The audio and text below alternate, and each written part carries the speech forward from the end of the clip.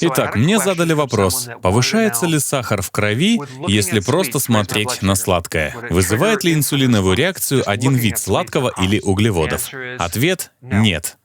Только не при голодании. Смотрите на углеводы сколько угодно. Да, сопротивляться углеводам сложно, но вы не поправитесь, просто гуляя по кондитерской. Хотя некоторые говорят, могу просто глянуть на еду и уже набрать полкило. Все же вам нужно ее съесть. Существует практика потребления стевии или сахарных спиртов. Они сладкие, но имеют низкий гликемический индекс. Но повысят ли они инсулин? Главный активатор сахара в крови — глюкоза и все то, что перерабатывается в глюкозу. Картофель, рис, хлеб, хлопья, крекеры, печенье, вафли, блины. Глюкоза — основной активатор, но есть и другие. При стрессе вырабатывается кортизол, который в итоге высвобождает сахар из белка, таким образом повышая уровень сахара в крови. У вас также есть ГИП. Это гормоноподобное соединение, которое вырабатывается в тонкой кишке. Так что все, что вы съели просто потому, что вы это съели, потенциально может повысить уровень инсулина. Если в продукте больше углеводов, повысит сильнее. Если меньше углеводов и больше жира, тогда повысит меньше. Но правда в том, что белок также активирует инсулин. Особенно если это низкожирный или постный белок. Например, сывороточный протеин имеет самый высокий гликемический индекс среди всех белков. Если вы съели жирный белок, это не так сильно активирует инсулин. Если вы съели слишком много белка, это тоже активирует инсулин. Белок также активирует противоположный инсулину гормон, который называется глюкагон. Происходит буферный эффект, и вы не так чувствуете вред, как если бы активировался только инсулин. Другой вопрос. Доктор Берг, вы говорите, что у большинства людей высокий уровень инсулина. Если это правда, то почему у всех нас нет гипогликемии?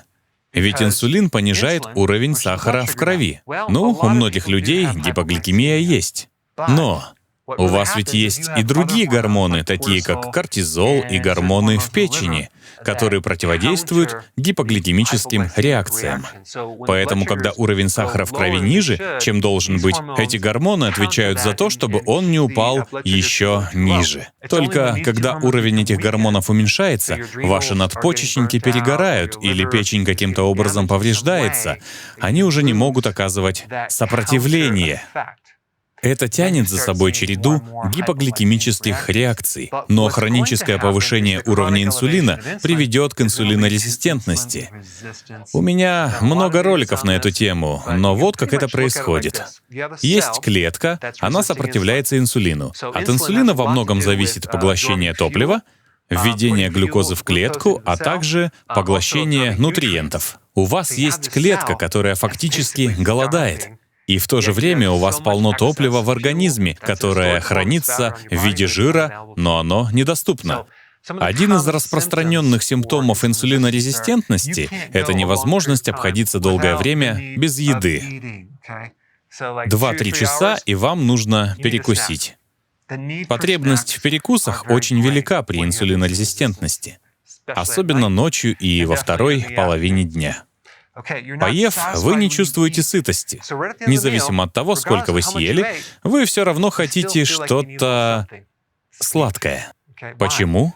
Потому что клеткам не хватает питательных веществ и топлива. Также вас постоянно к чему-то тянет. Итак, есть проблема голода, тяга, отсутствие сытости.